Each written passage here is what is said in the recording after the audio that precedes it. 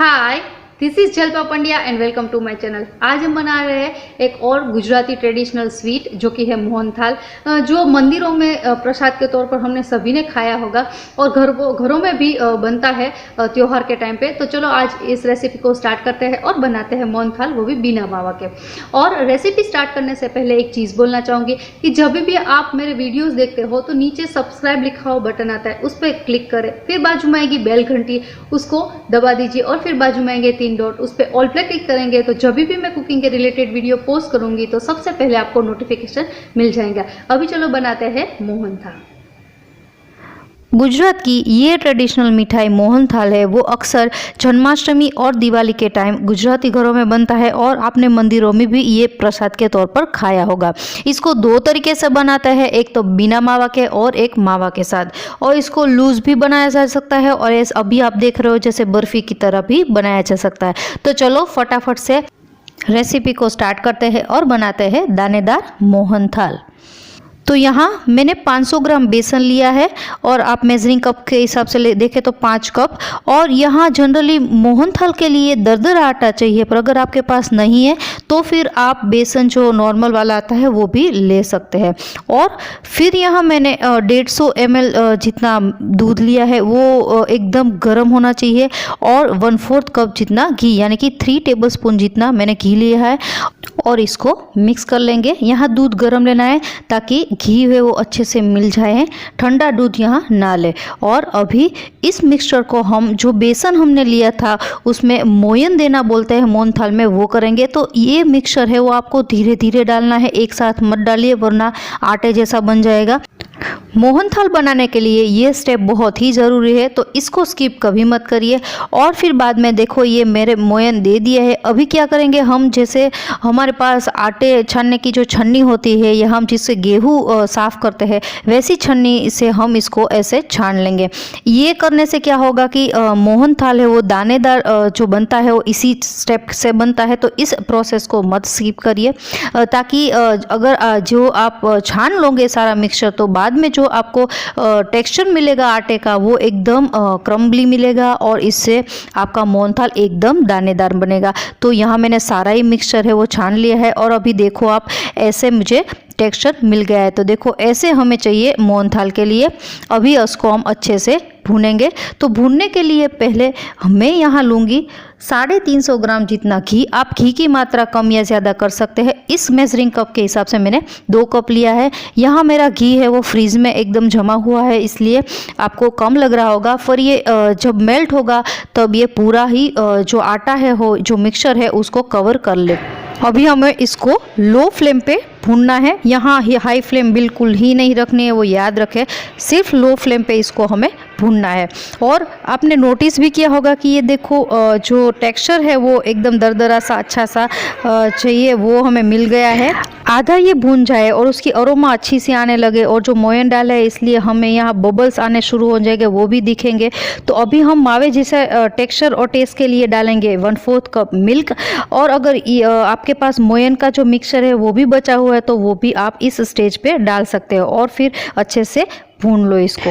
हमें मोहनथाल के इस मिक्सचर को तब तक भूनना है जब तक ये बबल्स है वो आने बंद हो जाए। मतलब कि मोयन डाला है इसलिए ये दूध के बबल्स है वो आते हैं, तो वो जब तक बंद हो जाए तब तक हमें भूनना है। तो करीबन मुझे यहाँ 35 से 40 मिनट लो फ्लेम पे ये सारा मिक्सचर है वो भूनने में लगे। अभी कर दूंगी मैं गैस बंद। और गैस बंद करने के बाद भी आपको इस मिक्सचर को ऐसे छोड़ना नहीं है, इसको कंटिन्यूसली आपको चलाते रहना है। तो 10 मिनट के बाद ये ठंडा हो जाएगा।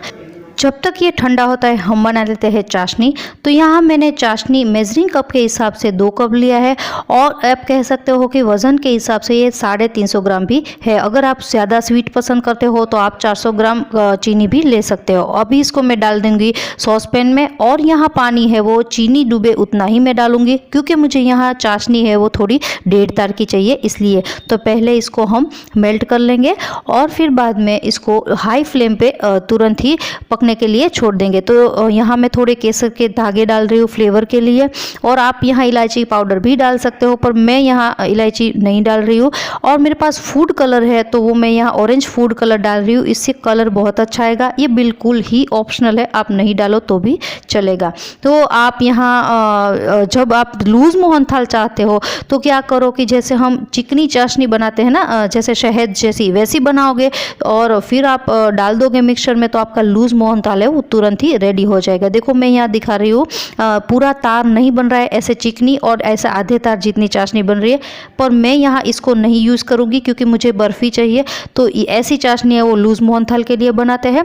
और इसको थोड़ी देर में और पकाऊंगी हाई फ्लेम पे, 15 मिनट में ये मेरी 1.5 तार की चाशनी है वो बन के रेडी है। तो देखो ऐसे 1.5 तार की चाशनी मुझे चाहिए, उससे मेरी मोहनथाल है वो बर्फ़ी जैसा बनेगा। तो ये चाशनी बिल्कुल रेडी है। अभी मैं इस चाशनी को डाल दूंगी जो मिक्सचर मैंने बनाया है उसमें।